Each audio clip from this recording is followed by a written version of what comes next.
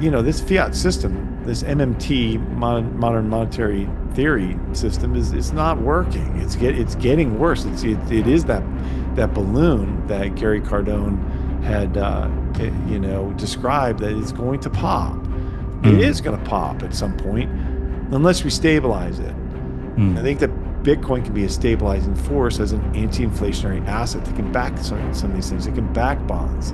If you have that backing bonds, then you're gonna continue having the world reserve currency and the world reserve asset, the treasury, in perpetuity, because people are going to want to deal in dollars, and they're going to want to save in treasuries and Bitcoin, and that's the hope. James Lavish begins with a key insight. Bitcoin is still early, and yes, that means volatility.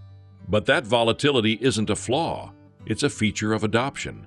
As Bitcoin becomes more widely held and used, volatility will reduce, just as it did with other assets like Amazon stock in the late 90s. According to Lavish, we're watching Bitcoin mature.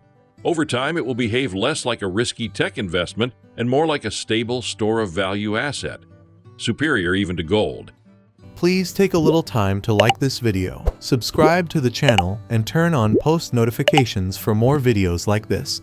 You can also check out our other videos on cryptocurrencies and the overall digital asset space, and drop your comments and observations in the comments section below. Everything you do helps with the YouTube algorithm and immensely contributes to the channel's growth. Thanks, and enjoy the video. Bitcoin it will become so stable. Of course, we're in the adoption phase. It has volatility. It's going to continue to be volatile for a while, but eventually that volatility calms down and acts much more like gold. And it'll actually be even better than that, because gold still has this ongoing, supply issue, not, issuance of supply. You mine more gold, price goes up, mine more gold. Bitcoin price goes up, you can't mine more Bitcoin. You're getting what you get. That's it. The difficulty adjustment will change for the amount of people who are trying to mine it to protect against that. So that's the thing, is that it will become so stable as a protection of your wealth that it'll be better than bonds, because bonds, and people will recognize that, and bonds return an interest rate, yes, but it's just a stable form of income.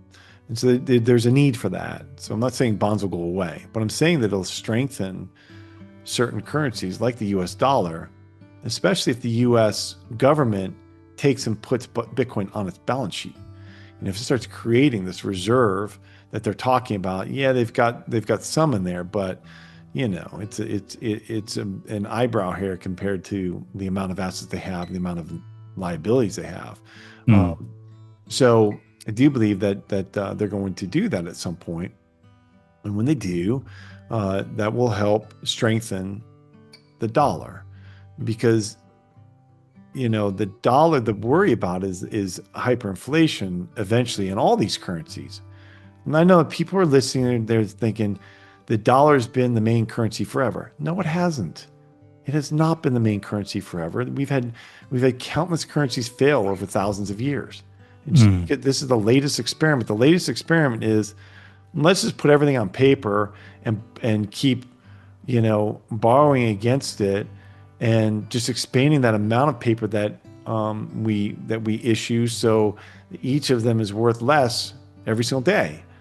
That's this fiat system, this MMT, modern monetary theory system, is not working. It's getting worse. It is that balloon that Gary Cardone had described, that is going to pop. It is going to pop at some point, unless we stabilize it. I think that Bitcoin can be a stabilizing force as an anti-inflationary asset that can back some of these things. It can back bonds.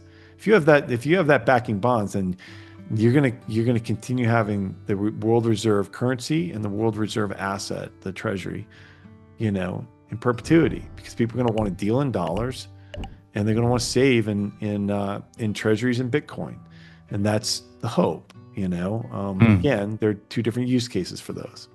What we've been talking about this whole time is the problem of debasement of currency, meaning they must inflate away the debt across the world. All developed nations who issue debt in their own currency is doing that. They're going to continue doing that, continue to soft default in perpetuity. The inflation numbers that they admit to are not real, and it's worse than that.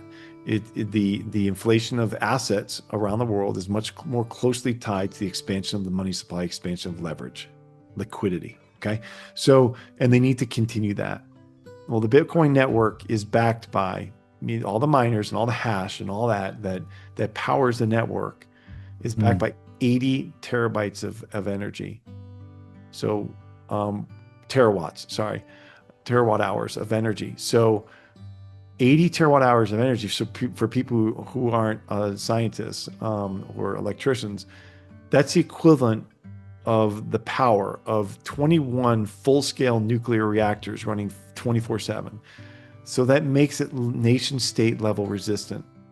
And so Bitcoin is safe, it's dependable, it's secure, it's the most secure network in the world, strongest network in the world, and it's only growing stronger. So it's like a digital gold super upgrade. And so, yes, the price is volatile because it's in the middle of the adoption phase. The volatility will dampen, but the most important thing is even through that volatility, it's volatile to the upside. So as it's being adopted, it finds these pockets of price discovery where it just jumps really quickly and stays there. It jumped from 60,000 to 100,000. It jumped from 100,000 to 120,000. It just does that. It just stays there, and then it has a massive drawdown again, because it gets way ahead of itself. And in an adoption phase of a technology like this, you're going to find that. And you had it in Amazon back in 1998, 1999, when it went down 95%. But if you look at a chart of Amazon now, it looks like a tiny little speed bump in the price because it's been adopted so rapidly and massively since then that you barely see it. So, and that's what is the same thing with Bitcoin. You could look back at older charts and it barely registers on a dollar basis. Again, that's why you look at a log chart. But that's what I tell people. It's digital gold. It's a digital gold upgrade.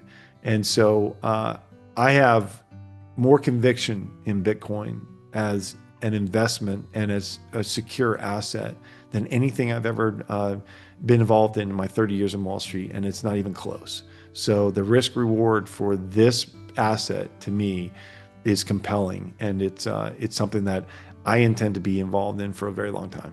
While there are only 21 million Bitcoins, each coin can be divided into 100 million Satoshis. That's 2.1 quadrillion units, which is more than enough to facilitate global commerce. Compare that to gold. All the gold ever mined could reportedly fit under the Eiffel Tower.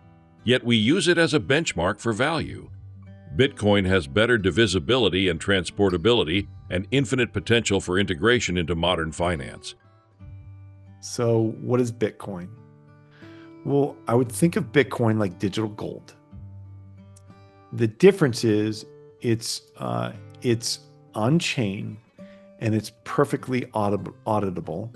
Okay, you can see who owns what, as long as you know that if you have the know your customer aspect of it, whatever this is why terrorist organizations are telling their donors or users don't give us Bitcoin because they could see it. We don't want it's all publicly viewable on chain.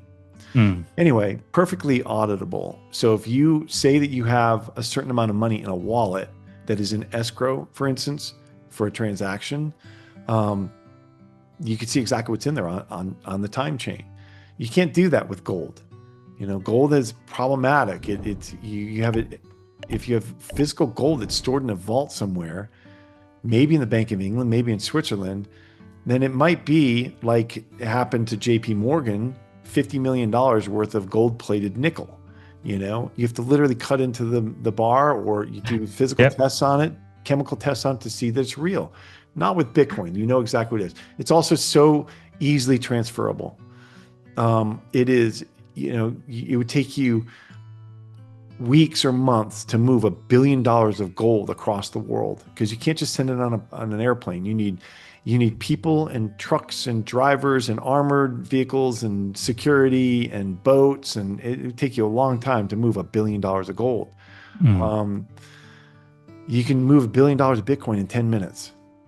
Done.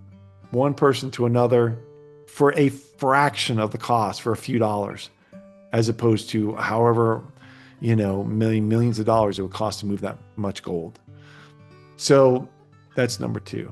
Number 3 is it's perfectly decentralized, meaning that it started out and grew organically, and it's governed by nodes that are decentralized across the world. And so those nodes govern the code, and they govern whether a transaction goes through. And if a false transaction tries to be put through, that node gets kicked off there you go, my node. It's kicked off, mine is back over there. It gets kicked off the database, or it gets kicked off the network. So that prevents something called the double spend problem, where I could tell you I sent you my Bitcoin, and tell him I sent him my Bitcoin, and send them both the same Bitcoin, and get, it's not possible with Bitcoin. They'll just kick you off the network. And it's unchangeable. So once I do send you that Bitcoin, it's yours. That's it. It's immutable. I can't, renege on it. So these are all, and then of course the biggest thing is it's scarce. There's only 21 million Bitcoin that are ever going to be made. That's it. And so for people worrying that there's not enough Bitcoin to go around, well, each Bitcoin can be split into 100 million pennies. So imagine a bar of gold that's worth now $100,000 that can be split 100 million times. There's plenty of it to go around. I mean, all the gold in the world, from what I've heard, could fit under the Eiffel Tower. So look, there's plenty of Bitcoin to go around, okay? And it could sustain, all of the demand for it in transactions too. Lavish explains how Bitcoin's decentralized node structure solves a fundamental issue in digital money, the double spend problem. In traditional systems, you need a trusted intermediary to verify transactions. Bitcoin removes the need for trust, using code and consensus to validate transactions. If someone tries to send the same Bitcoin twice, the network simply rejects the fraudulent transaction. That's why Bitcoin is trusted, not because of who controls it, but because no one does.